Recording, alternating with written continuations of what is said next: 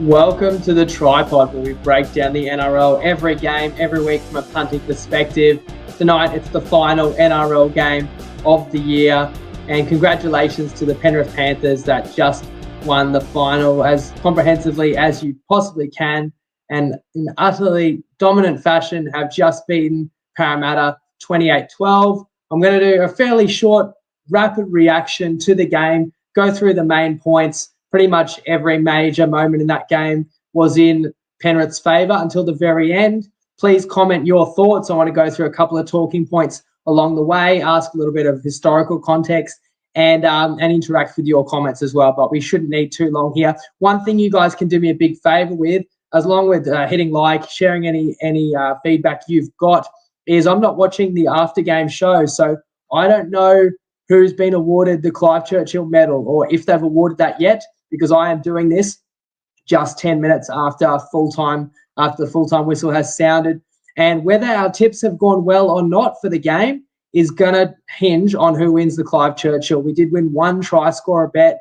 A few other bets sunk with missing out on a try scorer here and there, and the margin just absolutely blowing out. But the one bet that we're riding and that will make it a good grand final and would be a great way to sign off 2022 would be if Dylan Edwards gets the Clive Churchill. And I think he got it. I think he did enough.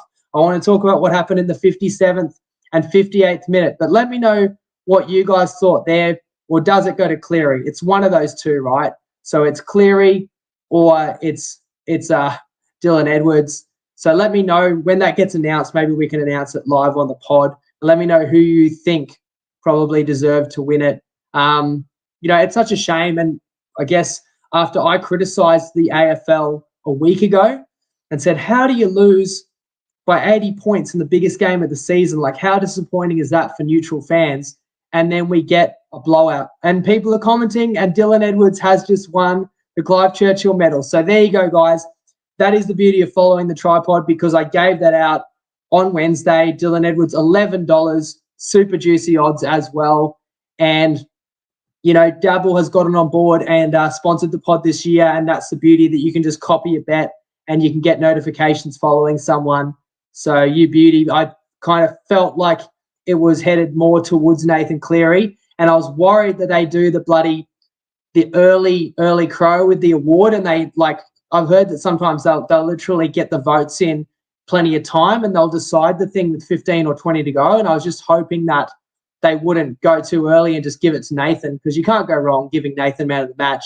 He's such a superstar player. Of course, he won it last year. And I said that in my write-up, the fact that Cleary won it last year and the fact that Edwards has had such an awesome season that everyone really appreciates what he does. In fact, he actually won the Panthers Player of the Season, not Cleary. So very well deserved. And I'll talk about the moments where he sealed it there. But how good is that if you copied that? And as you can see there, about 150 people copied it. Now, it was only about 70 or 80 people copied it before the odds started getting pushed in, but that's still, I don't think people will be complaining even if they got the lower odds. But if you got 11s about Edwards for man of the match, that's pretty sweet. So that's a nice way to cap off the season. All the glory to Penrith. Let me kind of hit your comments there. Of course, everyone's just saying how great Penrith were, and a great effort by the Eels to get there, but it's disappointing. One question I've got for Parramatta fans is, what hurts more? Does it hurt more to get to the promised land and to really believe and to think this is our year, and you just really believe your team's going to get it done, and then after 10 minutes you kind of feel like the game's almost over, and within half an hour it basically was over? I kind of had a chuckle when the Channel 9 commentator said Staines has scored the try that might seal it for Penrith, when we all knew the game was sealed at least 40 minutes earlier. So does that hurt more because your team didn't really fire a shot? Or does it hurt more to be South Sydney? Remember, just 12 months ago, South Sydney, you throw an intercept try, you miss a sideline conversion, you lose by 2. At the end of the day, if you're not first, you're last. It's going to hurt. Like, it is going to hurt, and that's fine. That's why we love sport, because we care about it so much. We care about what happens, and we love it when we win, and it does hurt when we lose. But I don't know, I did tip Parramatta $12 earlier this year to win the comp, so I was kind of quite disappointed myself midway through the first half. Of course, a couple of bets going down with the game not being as close as we hoped it could be. Always knew there was a scenario that Penrith could blow the Eels out, and it was going to come down to how well could Parramatta play, and could Parramatta play basically their best. And when the game began, I felt like it was going to take Parramatta's absolute best to have a chance in this one, and that Parramatta was going to have to start really strong. And, of course, it was the Panthers that started strong, and they never really looked back. One other question I want to ask you guys, where does this put the Panthers historically? They have lost just 11 games in the last 3 seasons. They've played all the way through the last 3 seasons, right until the final game of the season. They've won the last 2 competitions. As I said, they've made the last 3 grand finals.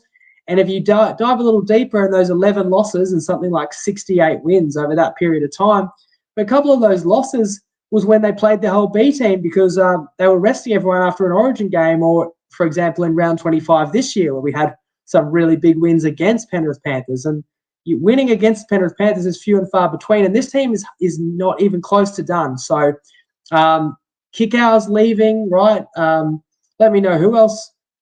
Coruscant's leaving, but you've got Kenny, you got what Sonny Luke did, the fact that this team won Jersey Flag, they were dominant in the New South Wales Cup, then they won the state championship as well, smashing Norths earlier today. Like, this team is stacked to have an absolute era of dominance. And the other thing I look at in a team when I try and decide if how many more years they're going to be great for is kind of what age are their key positions. And you'd say most of the star players, most of the key position players are still absolutely in their prime and in their 20s.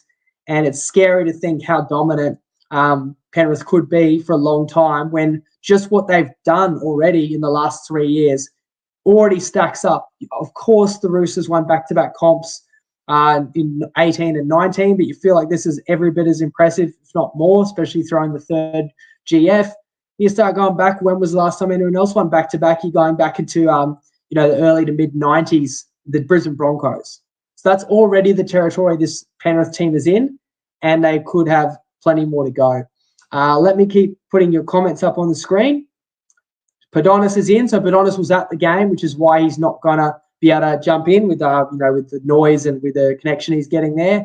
Says that tackle from Edwards won in the Clive Churchill, and if that didn't, he had a try assist about a minute later. So that's the headline for us, winning $11 when Clive Churchill's pretty sweet. Okay, what I was going to do, guys, going through the game, as I say, after about 10 minutes, after about 20 minutes, it was probably pretty evident who was going to win and that it wasn't going to be that close. But nevertheless, I noted down the key moments in the game. So I'm just going to go through them quickly, and please share your thoughts. So we got 12th minute, Crichton scores the first try, a relatively soft try, like an inside ball. Edwards had the try assist there as well. Lane got turned inside out. Crichton strides through, scores close to the sticks. It's the start that Parramatta had to avoid.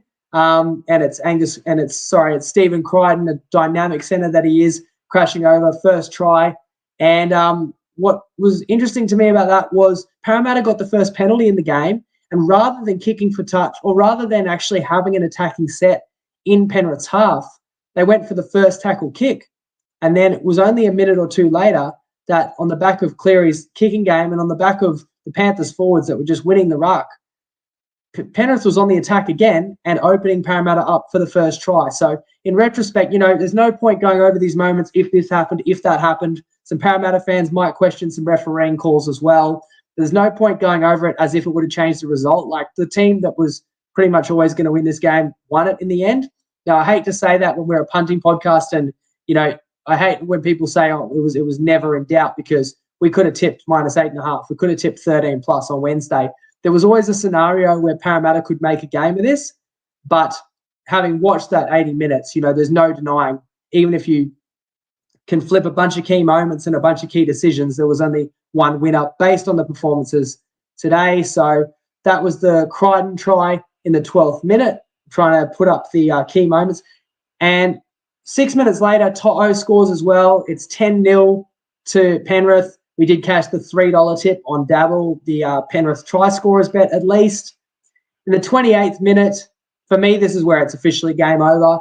There's a penalty goal in there as well for a dropout that goes over the sideline. So it was 12-0 and then 18-0 when Sorensen scored off a Cleary left foot kick. And maybe that's what caught the defence napping, and the skill of this man and why he could have also won the Clive. Drops it on the left boot. But what was kind of wacky about this Sorensen try was it was the fifth tackle. So you know that Penrith's most likely going to kick on the Panthers goal line. And Gutho thought he sniffed something out on the short side. And if you watch the play of the ball, Gutho darts to the short side, leaves the whole length of the field for Cleary to exploit. And as I say, he drops it on his boot. And Sorensen makes it 18-0. And 18-0 was the halftime score as well. A couple of things happened before halftime. Parramatta got another penalty, finally got a chance to attack. Now, again, you're clutching at straws if you think that the game could have been any different. But, you know, you're trying to think, oh, has Parramatta got any chance? They needed to score before halftime. They finally get a chance to actually put on some plays in Penrith's halves, and it's instantly an obstruction against Parramatta. I thought maybe a slightly harsh one. So that was in the 33rd minute. Instantly, Parramatta goes from on the attack to second tackle, giving away a penalty, and they're defending again. And they had only like under 40% of the possession in the first half. So it was pretty ugly. And in fact, that led to a really close call and an opportunity for Penrith to score a fourth try before halftime with a kick in behind. Kickout gets to it first, kicks it again, and he's just waiting for it to sit up perfectly. And Wonga Blake gets across and denies Kickout a try. And actually, Parramatta regathered that dropout. So they got the ball back there. So they dodged a bullet to not be down 20 plus at halftime. And if you had Kickout for a anytime try scorer, that moment probably hurt you. And the Eels did get that final set of the half. It was only in the final minute of the first half that the Eels got to play the ball in Penrith's 20. So how crazy is that? They put up a bomb. Luai diffuses it, 18-0 at halftime. And yeah, as I say, let me know what your thoughts are. Kind of historical context. Tom says a three-peat. Someone did back that and tip that in our group. You got $10 for Penrith to win 3 comps in a row. Now, this was after they'd won 1 comp. So that was offered by TopSport this year. So basically the $10 was really for Penrith to win this year and next year. At the time they offered it, Penrith was around a $3 chance this year, and then they're probably thinking they're around a $3 shot next year, or roughly $3.50 or so. So obviously now you're sitting pretty if you got $10 on Penrith for a three-peat. And hey, why stop there? Let me know kind of what your other thoughts were at halftime. I also thought The Undertaker, he liked unders, and the game went over by half a point, but he went first half unders, under 19.5. So that 18-0 halftime scoreline cashed the Undertaker's bet. Both our same-game multis were done. We had Parramatta with a 10.5 start in the first half, down 18-0, and we had the largest lead to not exceed 12. So we went for a bet, and I didn't really want to do a bet that, you know, went on the scenario where Penrith just smashed Para. So if anything, we're guilty of sometimes being reluctant to tip something if we don't really want to see it. And in the biggest night of the year, you want a competitive game. And sometimes you are guilty of kind of talking yourself into, oh, yeah, it'll be a great game. Oh, yeah, Parramatta can do this. And sometimes you've got to be more realistic and sit back, because we did also make a few comments about why Penrith might win this game really well. Padonis said, and other people have said this, Parramatta probably played their grand final in the prelim. You know, I talked about the rest disparity. This Panthers side so fresh, didn't play week 2 of the finals, didn't play round 25. Last time there was a grand final where the stronger team had a rest advantage was 2017. And this was a really similar grand final to 2017, which, if you recall, was the Storm beating the Cowboys. And that one, I think, was something like 34-4. And if not for those kind of double late tries by the Eels, you would have got a very similar scoreline. And another thing I said on the Wednesday pod was when I watched the prelim last week and Penrith were down 12-0 and absolutely on the ropes against South Sydney, and they got 2 tries in the final 4 minutes of the first half, I turned to Barney and said, they just won the comp. That was the moment for somebody to beat Penrith. Souths couldn't do it. Souths bottled it. Yes, it was 12-all at halftime. Souths could have still won the game second half, but realistically they didn't. So Penrith scored 20 unanswered second half. Penrith came out in this game and scored 28 unanswered. So let that sink in. Against Souths and against Parramatta, 2 of the strongest teams of this year, Penrith scored 60 straight points. And that's why it's one thing to win back-to-back competitions, but to win them in this kind of dominant fashion. Now, obviously, last year easily could have gone either way, but they were the best team of the season last year, and there's no denying who the best team of 2022 was. And as I say, at the business end of the season, when it all matters the most, Penrith scored 60 unanswered against two competition heavyweights, going back to 4 minutes to go in the prelim last week until the 76th minute of the grand final tonight. So you just give them all the credit in the world. And the scary thing, as I keep saying, is it doesn't look like they're winding down. Let's jump into the second half. You're still trying to cling on to hope just for the sake of a competitive game. Obviously, the Eels will need to score first, but To'o is the first on the board, getting his second try. People were throwing his name out there in Clive Churchill. I know Nicole did tip it at 51-1. Maybe if he got a hat trick and maybe had another couple of moments, and maybe if Edwards doesn't do what he did in a few minutes' time. But anyway, the To'o try. Now, look, I thought this was an obstruction. So, again, share your comments. It's not an excuse. I know Parramatta fans will be blowing up because, you're going to be looking for reasons why it went wrong. And, Kikau runs into Moses. I know Moses sells it, wraps his hand around him. But to me, I'm going to be a bit cynical here, but I just thought, all right, thanks very much, Bunker. I think it was Atkins. You don't want to give us a close game. You're going to call a very marginal one against the team that's already down 22-0 or 18-0, as if Penrith needs any help. So I thought that was pretty bogus. I did think it was a kick-out obstruction. And a few minutes later, Cleary stripped the ball off a Panthers player. It was called a penalty. Panthers challenged it. And then the Bunker said it was a one-on-one strip, which was marginal, but okay, if it was a one-on-one strip, it was definitely stripped towards the Eels try line. So it was a knock-on for me. And the Bunker overturned it and said it went backwards.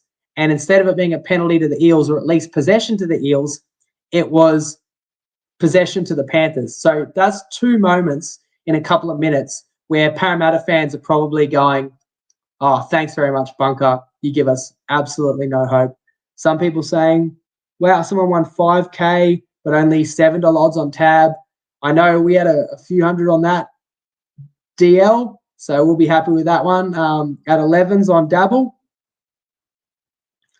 And someone else saying they had 750 on Edwards. But yeah, Dan Lever actually posted his slip in the group on Wednesday. I think he had 200 in that case on Edwards. So that's a cool couple of K to end the season. Then I thought the Eels were on the board in the 55th minute. Micah Sevo, he beats a couple of defenders. They had an overlap. And my first instinct was a try bombed. And this would have been another winning anytime try scorer bet for us because we had the Sevo or Blake. But you have to give credit to Crichton because Crichton actually dislodged the ball in the tackle. So it was a great tackle. But a player as strong as Sevo, who finishes as many tries as he does, that was a disappointing moment. And that was just a moment, as I say, this game was over in the first half. But that was a moment where you go, this is just not Parramatta's night whatsoever. The score at that time was still 22-0, which, teams have come back from 22-0 this season, not against this calibre of Penrith side, but teams have come back from 22-0. So, if they'd scored there, would have breathed some life. Instead, you see the Eels' heads drop. And how about this? In the 57th minute, this is the moment that, as Padonis commented, probably won us that Clive Churchill bet. The Eels actually make a little break. Reid Marnie throws a dummy, beautiful little deft grubber on his own 20-metre line. Simonson catches it at pace, beats the defensive line. He's seriously moving. And remember, Simonson's come from Rugby 7, so he's used to, moving in open space. And it's a one-on-one, and he tries to go around Edwards. And Edwards, it was very reminiscent of that Sattler tackle in 2003, and wraps him up and throws him over the sideline. And that certainly is a moment that gets Penrith even more pumped. And Simonson gets injured on the back of it. And Parramatta's just thinking, what can we do? And legit, the very next set is another Penrith try. And it's 28-0, assisted by Edwards. Pass thrown to him was from Cleary. Again, Cleary's got his fingerprints all over this, and I wouldn't have been shocked if Cleary got back-to-back Clive Churchills. But again, it's worth mentioning. Edwards had that assist. And I actually made a note in my notepad after an hour. The only thing left to decide now is who's going to win the Clive. Everything else has pretty much been decided. So, you beauty, we get the 11s there. And the last 2 points I have in this game are actually Parramatta tries against the run of play. And you might say they're meaningless tries, but we're a punting show. They're not completely meaningless because with 5 minutes to go, there's 28 points in this game, but Gutherson scores with 5 to go to make it 28-6 and cuts the run of 60 straight points scored by Penrith. And then Jacob Arthur scores again off a 50-metre break with a couple of kicks involved, coming off the bench only a few moments earlier. So I guess it's settled. Jacob Arthur should have been in the starting team if Jacob Arthur had been on there earlier, because Parramatta won the game 6-0 while Jacob Arthur was on. So just imagine if Jacob Arthur had been out there the whole game. I guess that's the only thing we can read into that. But as I say, no such thing as a truly meaningless try when you're punting, because a lot of people either had under or over 39 or 38.5. And that try with a couple of minutes to go sends the game over. You also might have had the live line at halftime was Penrith minus 26.5. So Penrith was expected to win by, 26 plus. And I thought they probably would from 18-0. I thought Parramatta might be shot. I was looking at Penrith race to 30, Penrith race to 40. If you had any of those bets, if you had a Penrith any type of margin to win by 20 or more, you got sunk by a couple of backdoor tries. So they were out of the blue. There's not really any moral victory for the Eels. I guess you can say they kept fighting till the end. I'll try and read any more comments you guys have got. That's pretty much me summing up, what happened tonight. Unfortunately, we didn't get an exciting game of footy to end the season. But once again, just have to say congratulations to Penrith getting to win this competition in front of their home fans after last year, of course, winning it in a relocated grand final at Suncorp. So that's going to be sweet for them. They've been totally dominant, totally deserving. We'll go through some of your comments and then I'll just let you know some plans for the pod. So Thomas saying Panthers just too clinical. And that's the other thing. I kept looking for the Eels to offload the ball, and they did offload the ball more in the second half and throw caution to the wind. But I feel like Parramatta couldn't offload the ball barely in the first half because Penrith was getting numbers in the tackle. In every tackle, Penrith was getting serious numbers in. Sometimes Parramatta look like they're threatened to get some momentum and then they get thrown backwards in the tackle. So you can't force an offload when you've got 3 or 4 in the tackle and the ball's totally wrapped up. So that just talks about how Parramatta has strength as their forward pack. They needed to win the ruck, or at the very least play that even. But the Panthers won the ruck. And maybe that goes back to them being fresher, more physical. Of course, plenty of people that are just stoked that Edwards won the Clive. What's Jeffrey saying there? Football not worth watching when they go third umpire all the time. I mean, at the end of the day, we can say what we want about refereeing, but it certainly didn't decide this one. Yeah, just plenty of celebrations on the Clivey. Amazing effort from Eels to make the GF. Thomas says, don't improve next year, so it might be a while before they make it again. That's for sure with the Eels. Losing Reid Marnie. We'll see about Isaiah Papali'i.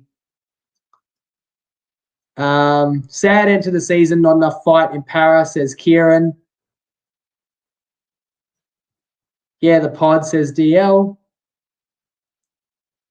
The noise you heard was Para's window closing. So again, Blanchy talking about how Parramatta, this was probably their chance. And we felt that this was their chance. And would that inspire them? Well, they played with a hell of a lot of inspiration last week.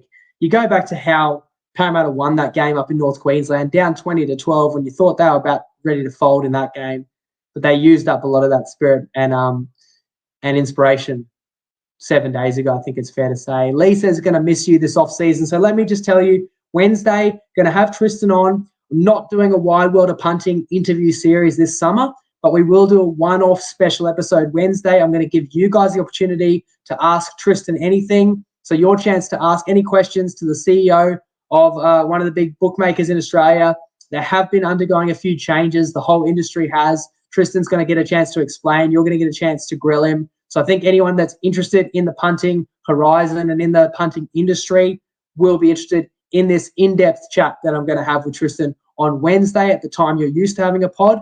But fear not, because we have also locked in Rugby League World Cup preview pods. They're going to be once a week, starting not this week, but next week, previewing each week of the Rugby League World Cup and all the games. We're going to have some special markets, some special cameo tips, and a lot of the players that played tonight are going to be involved in the World Cup. It's really exciting seeing all of the talent and some of the talent spreading across many of the nations. So I am really excited about the Rugby League World Cup. Going to take a mini break before then, but I can tell you that we will be back with our Rugby League World Cup content.